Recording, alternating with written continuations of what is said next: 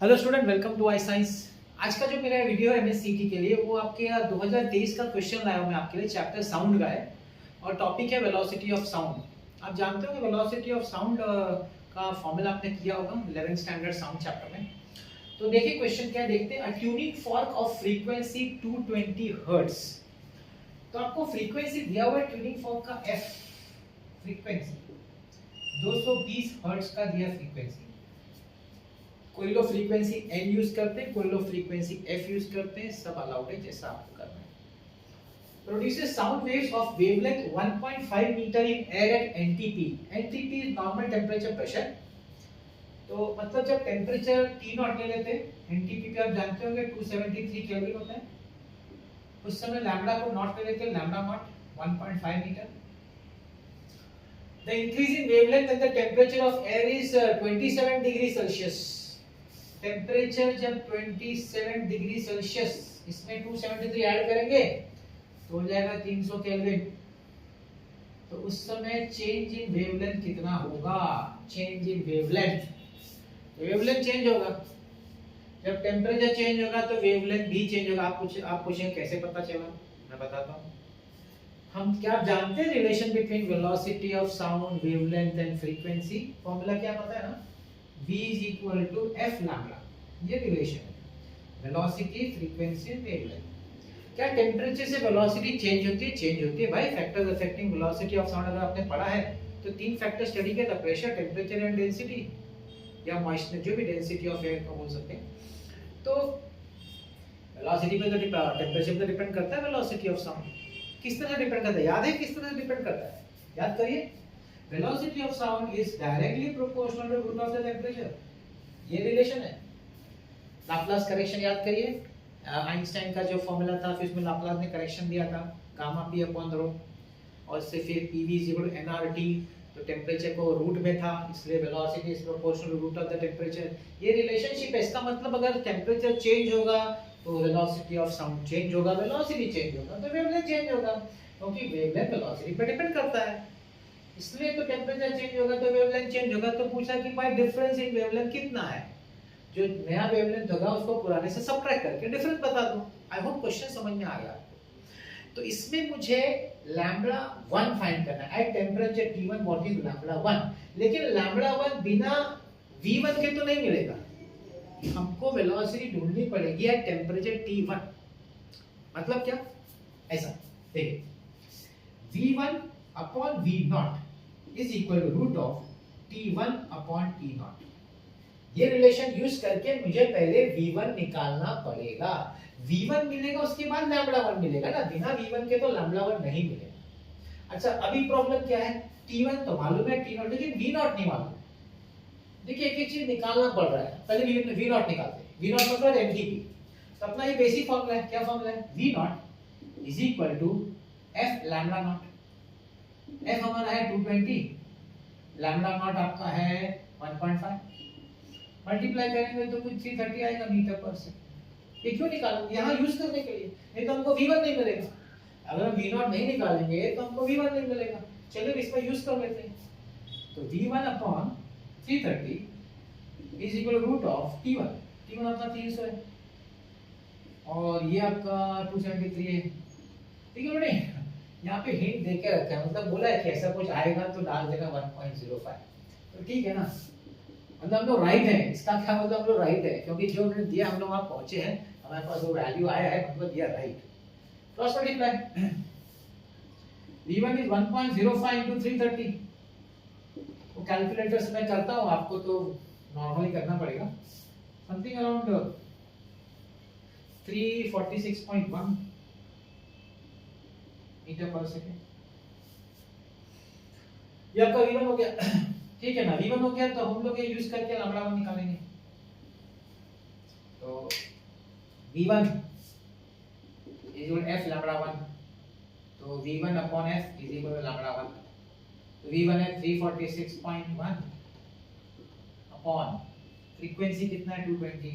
Frequency आपने देखा change नहीं होता भाई, फ्रीक्वेंसी चेंज नहीं होता। ये भी हमको उसी से करूंगा मैं, आपको तो कैलकुलेशन करना पड़ेगा एग्जाम में। तो कुछ 1.57 आएगा, 1.57। तो क्या देखा आपने, टेम्परेचर बढ़ने से क्या वेवलेंथ बढ़ा ना, क्यों, कैसे पता चला कि भाई फॉर्मूला के हिसाब से वेवलेंथ जो है वेलोसिटी को डायरेक्टली प्रोपोर्शनल है और वेलोसिटी टेम्परेचर को डायरेक्टली प्रोपोर्शनल है। इसका मतलब वेवलेंथ टेम्परेचर को डायरेक्टली प्रोपोर्शनल होगा, तो टेम्परेचर बढ़ा तो वेवलेंथ बढ़ गया। तो what is the change in the wavelength, change वैसे तो उन्होंने क्लियर मेंशन किया, शायद इंक्रीज ना वर्ड पे इंक्रीज बोल दिया, तो ठीक है, तो समझ में आ रहा है इंक्रीज हुआ ही है। Lambda 1 minus lambda naught 1.57 minus 1.5 0.07 metre, इतना बढ़ गया, इंक्रीज हो गया है क्या आंसर? यस, ऑप्शन है ना, ऑप्शन डी।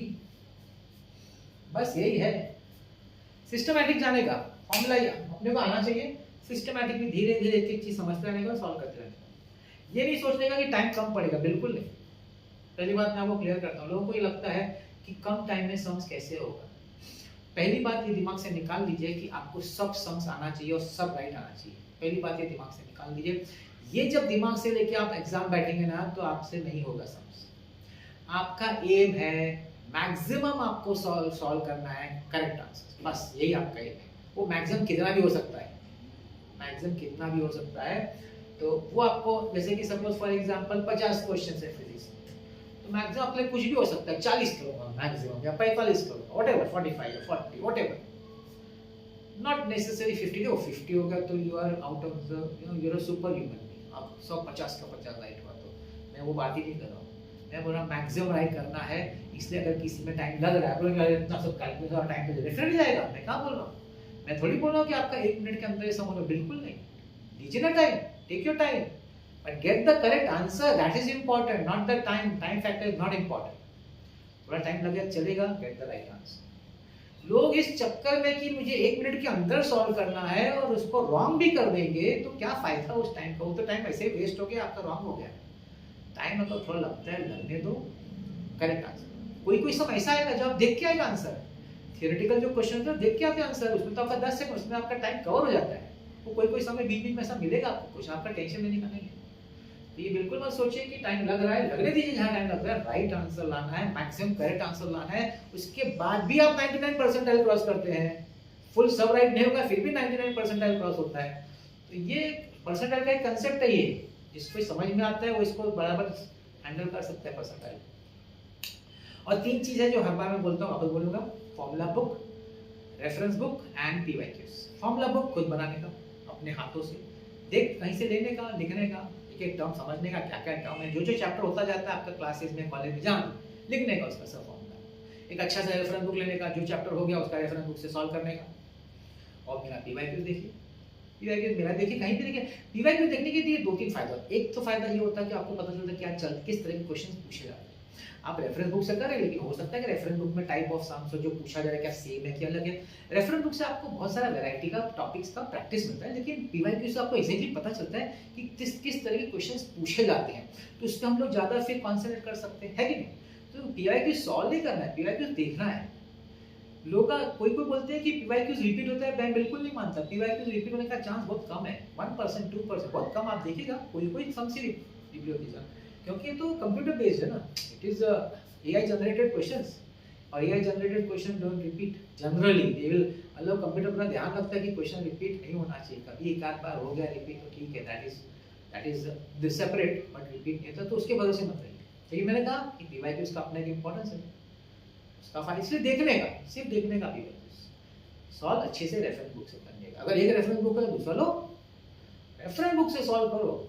एमसीक्यूज करने के कोई क्लासेस की जरूरत नहीं है। क्लासेस या टीचिंग का जरूरत कम होता है थियरी समझने के लिए, थियरी समझने के लिए, कंसेप्ट समझने के लिए। टेक्स्ट बुक का जो थियरी जैसे बोर्ड्स का हो गया या एनसीईआरटी का बुक्स, तो समझाने के लिए टीचर है, क्लासेस है, कॉलेज है, ठीक है। लेकिन जब आप एमसीक्यूज करें तो उसमें किसकी जरूरत आपको? बिल्कुल नहीं, आपको खुद करना है। डाउट्स हो गया तो पूछ सकते हैं आप टीचर से जहां आप जाते हैं, लेकिन उसके लिए अलग से आजकल ट्रेंड है कि अलग से सिर्फ एमसीक्यूज के लिए classes, that is wrong, that is not the right way. ऐसे बच्चों का मार्क्स नहीं आता। आपको कंसेप्ट समझना है, थ्योरी समझना है, और एमसीक्यूज तो खुद करना है। डाउट्स होगा तो टीचर से पूछना है जहां से आपने थ्योरी सीखा है। इस बात का ध्यान रखिए, सेपरेटली एमसीक्यूज के लिए क्लास या कोचिंग की जरूरत नहीं है। तीन ही काम करिए, formula book, reference book, PYQs. मेरा जेईई मेंस का भी है, नीट का भी, एडवांस का। देखिए आप अगर देखते हैं और जो जो चैप्टर आपने किया वो टॉपिक्स का आप देखेंगे तो आपको मजा आएगा। शुरुआत तो कहीं देखना। ऐसे मेरा वीडियो देखते रहिए। आज का मेरा वीडियो देखने बहुत बहुत धन्यवाद। Thank you very much.